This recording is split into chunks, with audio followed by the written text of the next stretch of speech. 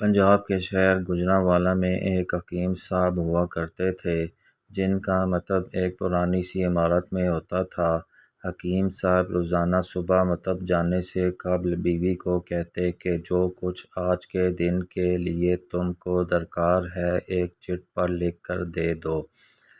بیوی لکھ کر دے دیتی، آپ دکان پر آ کر سب سے پہلے وہ چٹ کھولتے، بیوی نے جو چیزیں لکھی ہوتی ان کے سامنے ان چیزوں کی قیمت درج کرتے، پھر ان کا ٹوٹل کرتے، پھر اللہ سے دعا کرتے کہ یا اللہ میں صرف تیرے ہی حکم کی تعمیل میں تیری عبادت چھوڑ کر یہاں دنیا داری کے چکروں میں آ بیٹھا ہوں، جو ہی تو میری آج کی مطلوبہ رقم کا بندوبست کر دے گا میں اسی وقت یہاں سے اٹھ جاؤں گا۔ اور پھر یہی ہوتا، کبھی صبح کے 9:30 کبھی 10 بجے حکیم صاحب مریضوں سے فارغ ہو کر واپس اپنے گاؤں چلے جاتے۔ ایک دن حکیم صاحب نے دکان کھولی، رقم کا حساب لگانے کے لیے چٹ کھولی تو وہ چٹ کو دیکھتے کے دیکھتے ہی رہ گئے۔ ایک مرتبہ تو ان کا دماغ گھوم گیا، ان کو اپنی آنکھوں کے سامنے تارے چمکتے ہوئے نظر آ رہے تھے، لیکن جلد ہی انہوں نے اپنے اعصاب پر قابو پا لیا۔ آٹے دال وغیرہ کے بعد بیگم نے لکھا تھا بیٹی کے جہیز کا سامان۔ کچھ دیر سوچتے رہے، پھر شکر چیزوں کی قیمت لکھنے کے بعد جہیز کے سامنے لکھا یہ اللہ کا کام ہے، اللہ جانے۔ ایک دو مریض آئے ہوئے تھے، ان کو حکیم صاحب دوائی دے رہے تھے، اسی دوران ایک بڑی سی کار ان کے مکتب کے سامنے آ کر رکی۔ حکیم صاحب نے کار یا صاحب کار کو کوئی خاص توجہ نہ دی، کیونکہ کئی کاروں والے ان کے پاس آتے رہتے تھے۔ دونوں مریض دوائی لے کر چلے گئے۔ وہ سوٹڈ بوٹڈ صاحب کار سے باہر نکلے اور سلام کر کے بینچ پر بیٹھ گئے۔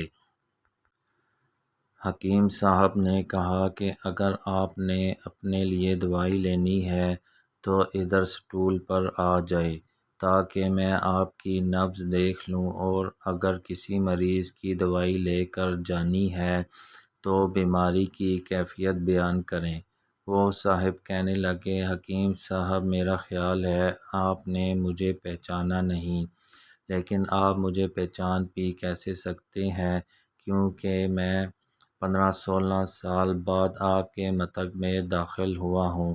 آپ کو گزشتہ ملاقات کا احوال سناتا ہوں، پھر آپ کو ساری بات یاد آ جائے گی۔ جب میں پہلی مرتبہ یہاں آیا تھا تو وہ میں خود نہیں آیا تھا، خدا مجھے آپ کے پاس لے آیا تھا، کیونکہ خدا کا مجھ پر رحم آ گیا تھا اور وہ میرا گھر آباد کرنا چاہتا تھا۔ ہوا اس طرح تھا کہ میں لاہور سے میرپور اپنی کار میں اپنے آبائی گھر جا رہا تھا، عین آپ کی دکان کے سامنے ہماری کار پنکچر ہو گئی۔ ڈرائیور کار کا پہیہ اتار کر پنکچر لگوانے چلا گیا۔ آپ نے دیکھا کہ میں گرمی میں کار کے پاس کھڑا ہوں، آپ میرے پاس آئے اور آپ نے مکتب کی طرف اشارہ کیا اور کہا کہ ادھر آ کر کرسی پر بیٹھ جائیں، اندھا کیا چاہے دو آنکھیں۔ میں نے آپ کا شکریہ ادا کیا اور کرسی پر آ کر بیٹھ گیا۔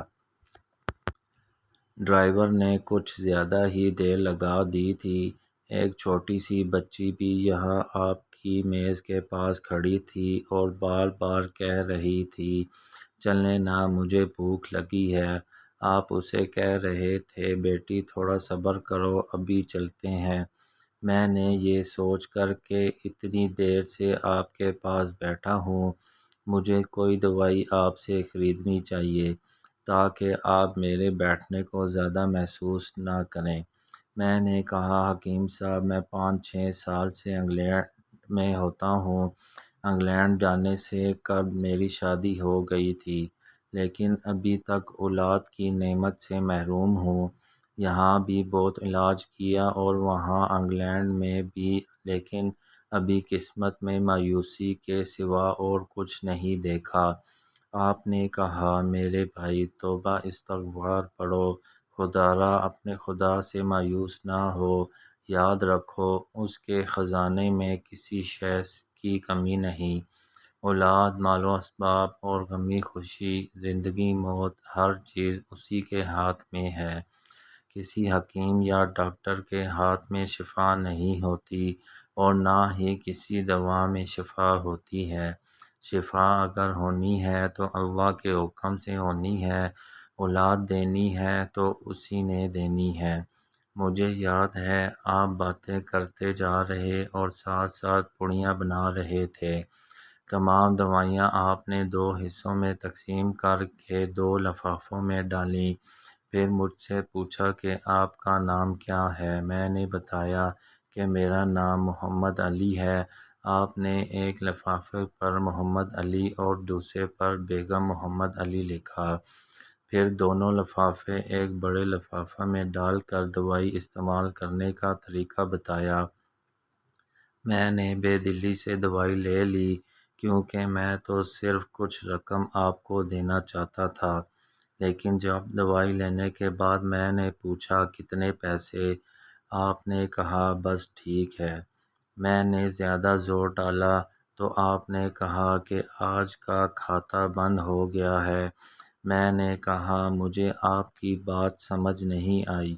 اسی دوران وہاں ایک اور آدمی آ چکا تھا، اس نے مجھے بتایا کہ کھاتا بند ہونے کا مطلب یہ ہے کہ آج کے گھریلو اخراجات کے لیے جتنی رقم حکیم صاحب نے اللہ سے مانگی تھی وہ اللہ نے دے دی ہے، مزید رقم وہ نہیں لے سکتے۔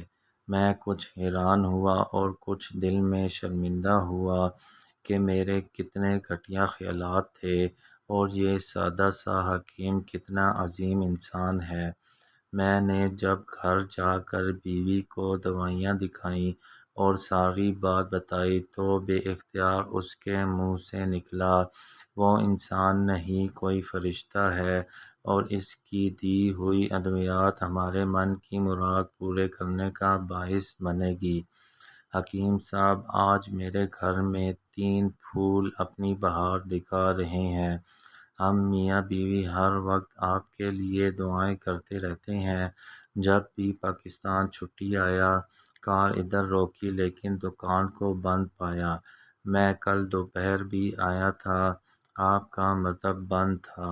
ایک آدمی پاس ہی کھڑا ہوا تھا، اس نے کہا کہ اگر آپ کو حکیم صاحب سے ملنا ہے تو آپ صبح 9 بجے لازماً پہنچ جائیں، ورنہ ان کے ملنے کی کوئی گارنٹی نہیں، اس لیے آج میں سویرے سویرے آپ کے پاس آ گیا ہوں۔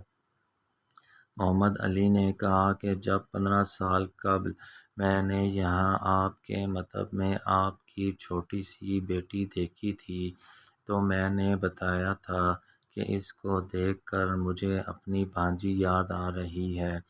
حکیم صاحب ہمارا سارا خاندان انگلینڈ سیٹل ہو چکا ہے، صرف ہماری ایک بیوہ بہن اپنی بیٹی کے ساتھ پاکستان میں رہتی ہے۔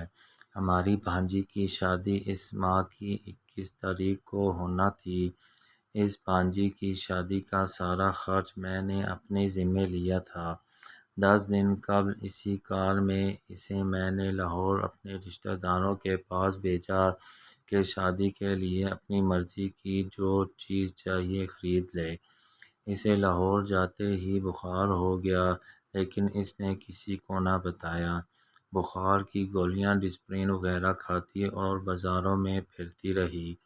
بازار میں پھرتے پھرتے اچانک بے ہوش ہو کر گری، وہاں سے اسے ہسپتال لے گئے، وہاں جا کر معلوم ہوا کہ اس کو 106 ڈگری بخار ہے اور یہ گردن توڑ بخار ہے۔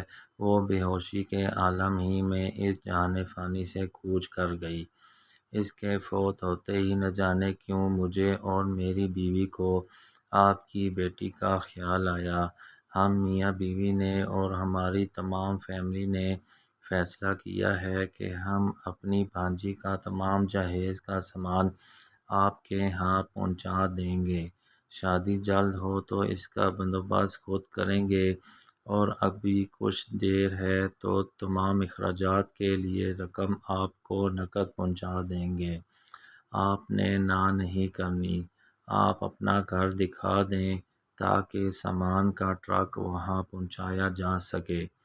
حکیم صاحب حیران و پریشان یوں گویا ہوئے۔ محمد علی صاحب، آپ جو کچھ کہہ رہے ہیں مجھے سمجھ نہیں آ رہا، میرا اتنا دماغ نہیں ہے۔ میں نے تو آج صبح جب بیوی کے ہاتھ کی لکھی ہوئی چٹ یہاں آ کر کھول کر دیکھی تو مرچ مسالہ کے بعد جب میں نے یہ الفاظ پڑھے، بیٹی کے جہیز کا سامان، تو آپ کو معلوم ہے میں نے کیا لکھا؟ آپ خود یہ چٹ ذرا دیکھیں۔ محمد علی صاحب یہ دیکھ کر حیران رہ گئے کہ بیٹی کے جہیز کے سامنے لکھا ہوا تھا، یہ کام اللہ کا ہے، اللہ جانے۔ محمد علی صاحب، یقین کریں آج تک کبھی ایسا نہیں ہوا تھا کہ بیوی نے چٹ پر چیز لکھی ہو اور مولا نے اس کا اسی دن بندوبست نہ کر دیا ہو۔ واہ مولا واہ! تو عظیم ہے، تو کریم ہے۔ آپ کی بھانجی کی وفات کا صدمہ ہے، لیکن اس کی قدرت پر حیران ہوں کہ وہ کس طرح اپنے معجزے دکھاتا ہے۔ حکیم صاحب نے کہا، جب سے ہوش سنبھالا ایک ہی سبق پڑھا کہ صبح ورد کرنا ہے، رازق رازق تو ہی رازق، اور شام کو شکر شکر مولا تیرا شکر۔ اگر آپ کو آج کی میری ویڈیو پسند آئی ہے تو please like, share and subscribe لازمی کر دیجیے گا۔ جزاکم اللہ خیرا کثیرا۔